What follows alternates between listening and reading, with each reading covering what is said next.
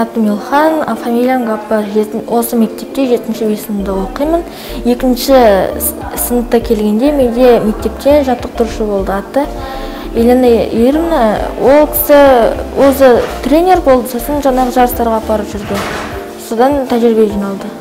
2-ші сыныптан 1-ші кезде жарысқа апармайды, бірақ 3-ші сыныпта болған кезде, қалалықта барған кезде, сол жерде 3-ші, 4-ші орын алып жүрдім. Қазір қалалық емес, республиканскийге қатысады.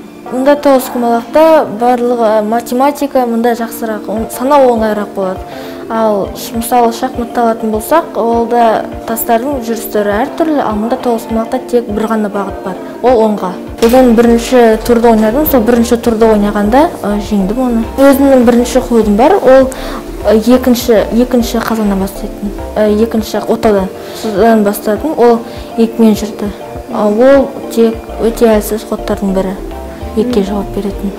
Бірақ ортасында одан мықты болғандықтан, мен соңында олар көп шабуылдан ол әлсірек қалды. Онлайн ойнағаннан да бір жағынан жақсы, бір жағынан да жаман.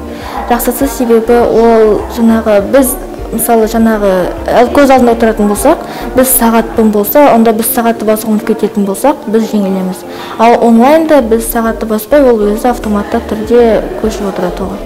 Мен жеңем деп ойлаймын. Себебі көп балалар ол тактиканы білмейді мен қалай жүретінімді. Көбінесе олар 2-ге 9 жауап бергенде, анда өте көп тактикалар бар. Соларын қолдана алсам, мен қолдана аламын оларды. Сондықтан жеңем деп ойлаймын.